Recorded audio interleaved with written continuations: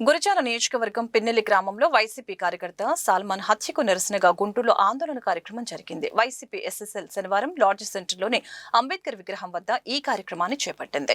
YCP నాయకులు diamond బాబు, సురేంద్ర, అంబటి మురళి, పాటిబండ్ల కిరణ్, గులాం రసూల్ తదితరులు పాల్గొన్నారు. కూటమి ప్రభుత్వంలో దళిత, బీసీ, మైనార్టీ వర్గాలకు రక్షణ లేకుండా పోయిందని సందర్భంగా వైసీపీ నేతలు ఆరోపించారు. ఏపీలో రెడ్ బుక్ రాజ్యాంగం నడుస్తుందని, రెడ్ బుక్ పరిపాలన కారణంగానే పల్నాడు జిల్లాలో దళితుల్ని గ్రామ బహిష్కరణ చేస్తున్నారని ఆందోళన వ్యక్తం చేశారు. సాల్మాన్ ని హత్య చేసిన వారిని చట్ట ప్రకారం శిక్షించాలని, లేని పక్షంలో కూటమి ప్రభుత్వానికి భవిష్యత్తులో తగిన బుద్ధి చెప్తామని హెచ్చరించారు.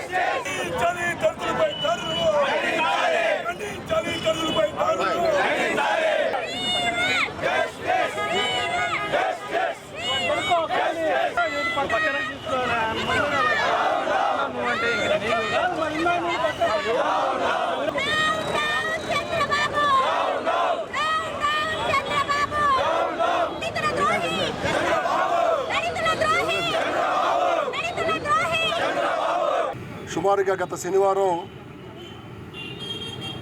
గురజాల నియోజకవర్గం పిన్నెల్లి గ్రామంలో మందా సాల్మన్ అనే వ్యక్తిపై జరిగినటువంటి దాడిని వైఎస్ఆర్ కాంగ్రెస్ పార్టీ ఈరోజు అతను మరణించాడు. ఈరోజు రాష్ట్ర వ్యాప్తంగా కూడా ఆ దాడిని, అతని యొక్క మరణాన్ని ఖండిస్తూ ఇవాళ కూటమి ప్రభుత్వం వచ్చి సుమారుగా 20 నెలలైంది. 2024 జూన్ 4వ తారీఖున కూటమి ప్రభుత్వం ఏర్పాటైంది. కూటమి ప్రభుత్వం ఏర్పాటైన దగ్గర నుంచి ప్రజలు, ప్రజా సమస్యలు, ప్రజల అవసరాలని పూర్తిగా ప్రక్కన పెట్టి ఇప్పటికీ కూడా రెడ్ బుక్ రాజ్యాంగం అని చెప్పి ఎక్కడెక్కడైతే గతంలో వైఎస్ఆర్ కాంగ్రెస్ పార్టీకి అనుకూలంగా ఉన్నారో అటువంటి వ్యక్తులందరిపైన కూడా ఒక ప్రణాళికాబద్ధంగా జరుగుతున్నటువంటి దాడిలో భాగంగా నిన్న జరిగినటువంటి సాల్మన్ యొక్క మరణం. సాల్మను కూటమి ప్రభుత్వం వచ్చిన వెంటనే అతను ఆ గ్రామాన్ని వదిలిపెట్టి అతనితో పాటు సుమారుగా 350 కుటుంబాలు ఆ గ్రామం వదిలి వెళ్ళిపోయి 20 నెలలు అయిపోయింది. ఇవాళ పోలీసు యంత్రాంగానికి స్పష్టంగా తెలుసు ఆ 350 కుటుంబాల్లో ఎవరు వచ్చినా సరే వాళ్ళపైన దాడులు జరుగుతాయి, వాళ్ళని చంపుతారన్న విషయం కూడా పోలీసులకు స్పష్టంగా తెలుసు. పోలీసులకు తెలిసినా కూడా కూటమి ప్రభుత్వంలో ఉన్నటువంటి స్థానిక ఎమ్మెల్యేలు, అధికారులు, ప్రజాప్రతినిధులు ఏదైతే చెప్తున్నారో దాన్ని తూచా తప్పకుండా రెడ్ బుక్ రాజ్యాంగాన్ని దగ్గరుండి నడిపిస్తున్నటువంటి వ్యక్తులు, యంత్రాంగం ఎవరు ఉన్నారంటే వాళ్ళ పోలీసు వ్యవస్థను స్పష్టంగా అక్కడ కనపడతా ఉంది. అతను కుటుంబంలో ఎవరికో బాగాలేదని చెప్పి వచ్చాడు. అక్కడ అందరికీ తెలుసు పోలీసులకి వీళ్ళు వస్తే భార్యకి తెలుసు. ఈ విషయాలన్నీ తెలిసి కూడా పోలీసులు నిమ్మకి నీరెత్తినట్టు చూస్తూ ఉన్నారంటే ఇది దుర్మార్గమైనటువంటి చర్య. అంటే ఎటు నుంచి ఎటు తీసుకెళ్తా ఉన్నారు? ఇవాళ ప్రజాస్వామ్యం ఆంధ్ర రాష్ట్రంలో బ్రతికుందా లేదా? ఈ కూటమి ప్రభుత్వ పరిపాలన ప్రజల కోసమా లేకపోతే రెడ్ బుక్ రాజ్యాంగాన్ని అమలు చేయడం కోసమా ఈ పరిపాలన జరుగుతూ ఉంది?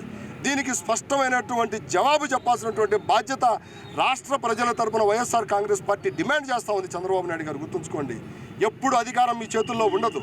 ప్రజలు ఎప్పుడు ఎలా తిరగబడతారో మీకు తెలుసు. ఎందుకంటే గతంలో మీరు చెప్పిన అన్నీ కూడా అబద్ధాలు, బూటకాలు. మళ్ళా మీకు 75 సంవత్సరాల వయసు వచ్చింది, ఇప్పటికైనా మీరు మారుంటారని మీరు చెప్పినటువంటి కళ్ళబొల్లి మాటలతోటి మొన్న నమ్మి మళ్ళా మోసపోయామని ఇవాళ ప్రజలు గ్రహించారు. ఈ పరిస్థితుల్లో డైవర్షన్ పాలిటిక్స్, దళితులపైన దాడులు, బీసీలపైన దాడులు. మొన్న చూస్తేనేమో అక్కడెక్కడో ప్రకాశం జిల్లాలో చూస్తే ఒక కాపుకు సంబంధించినటువంటి వ్యక్తి పైన తెలుగుదేశం పార్టీ వ్యక్తులు ఫార్చ్యూనర్ కారులో నిర్దాక్షిణ్యంగా చంపినటువంటి పరిస్థితులు. ఇలా నేడు ఈ కార్యక్రమానికి పిలుపునిచ్చినటువంటి మాజీ ముఖ్యమంత్రి జగన్మోహన్ రెడ్డి గారి ఆదేశాల మేరకు పల్నాడు జిల్లా గురజాల నియోజకవర్గం పిన్నెల్లి గ్రామంలో ఏదైతే అనైతికంగా అరాజకంగా నిరంకుశత్వంగా 350 కుటుంబాలని 20 నెలలుగా వెలివేసి దళిత కుటుంబాలను వెలివేసి సాంఘిక పరిష్కారం చేసి వాళ్ళ పొలాలని ఇళ్లని స్వాధీనం చేసుకొని అన్యాయంగా ఆక్రమించుకొని అనుభవిస్తూ ఉన్నారు.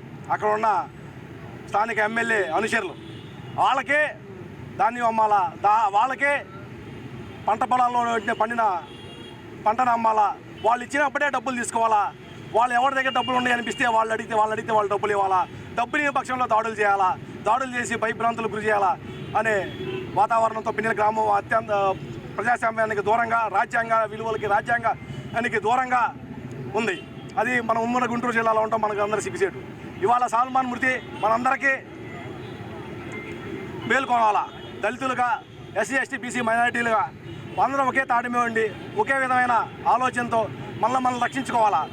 మనల్ని రక్షించుకోకపోతే, మనకు అండగా ఉండకపోతే ఇట్లాగే చంద్రబాబు నాయుడు గారి ఆలోచన, చంద్రబాబు నాయుడు పార్టీ, చంద్రబాబు నాయుడు ప్రభుత్వం మన మీద ఇట్లాగే వివక్ష చూపుతూ ఉంటుంది, మనల్ని అంతమొందిస్తూ ఉంటుందని నేను అందరూ తెలియజేస్తూ ఉన్నాను. ఈరోజు పిన్నెల్లిలో జరిగిన హత్య, దానిని వైఎస్ఆర్ కాంగ్రెస్ పార్టీ ఖండిస్తుంది. ఎందుకంటే కూటమి ప్రభుత్వం అధికారం చేపట్టిన దగ్గర నుంచి దళితులపై దాడులు, అట్టడి వర్గాలు, పేదల మీద దాడులు చేసి వాళ్ళు పెత్తనం చెలాయిస్తూ ఉన్నారు. రాబోయే రోజుల్లో మీరు ఇది గుర్తుపెట్టుకోండి. మీరు 40 సంవత్సరాలు పరిపాలించారు. మీరు పరిపాలించడంలో అభివృద్ధి కంటే పేదల మీద, అట్టడి వర్గాల మీద, దళితుల మీద, ఎస్సీల మీద హత్యలు ఎక్కువగా ఉన్నాయని నేను చెప్తున్నాను. ఇవన్నీ ఇట్లా జరుగుతూ ఉంటే కేవలం పవన్ కళ్యాణ్ గారు ఆయన యొక్క సంతోషాన్ని చూస్తున్నారు తప్ప చంద్రబాబు నాయుడు గారిని కానీ, లోకేష్ గారిని కానీ హెచ్చరించట్లేదు. ఆయన ఏమన్నారు? ఆంధ్రప్రదేశ్లో ఏ తప్పు జరిగినా నేను వస్తాను, నేను మాట్లాడుతా అన్నారు. ఈరోజు మీరు ఎక్కడున్నారు? ఏం చేస్తున్నారు? మీరు తక్షణమే వెళ్ళి పిన్నెల్లి వెళ్ళి ఆ హత్యను ఖండించకపోతే వైఎస్ఆర్ కాంగ్రెస్ పార్టీ తరఫున ముక్తకంతో చెప్తున్నాం, రాబోయే రోజుల్లో మరింత దాడులు జరుగుతాయి. మీరు ఇప్పటికైనా తగిన చర్య తీసుకోకపోతే చంద్రబాబు నాయుడు గారు గుర్తుపెట్టుకోండి, దళితులందరూ ఏకమవుతారు. కబడ్దారని ఛాలెంజ్ చేస్తాను.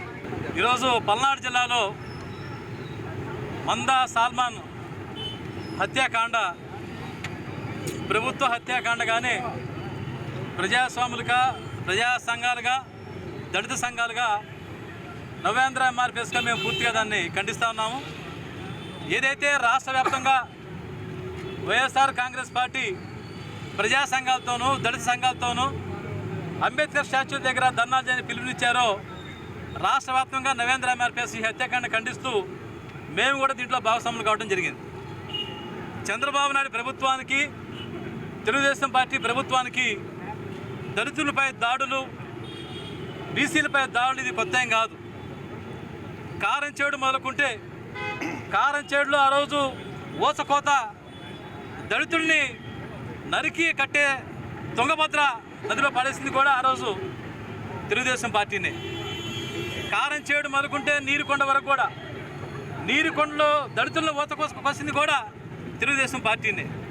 ఈరోజు పిఠాపురం మొదలుకొని పత్తిపాటి దాకా కూడా, పిఠాపురంలో ఒక దళితుడు టీ కొట్లోకి వెళ్తే టీ తాగడానికి కూడా దళితుడికి క్లాస్ ఇచ్చే పరిస్థితి పిఠాపురంలో లేదు. నువ్వు ఎందుకు క్లాస్ ఇవ్వలేదంటే, పిఠాపురంలో నీకు క్లాస్ ఇస్తే దళితుల మీద అగ్రవర్ణాల మీద దాడి చేస్తే మా మీద కూడా దాడి చేస్తారని చెప్పేసి ఆ రోజు పిఠాపురంలో ఉండబడే జనసేన నాయకులు వారిని కూడా జరిగింది.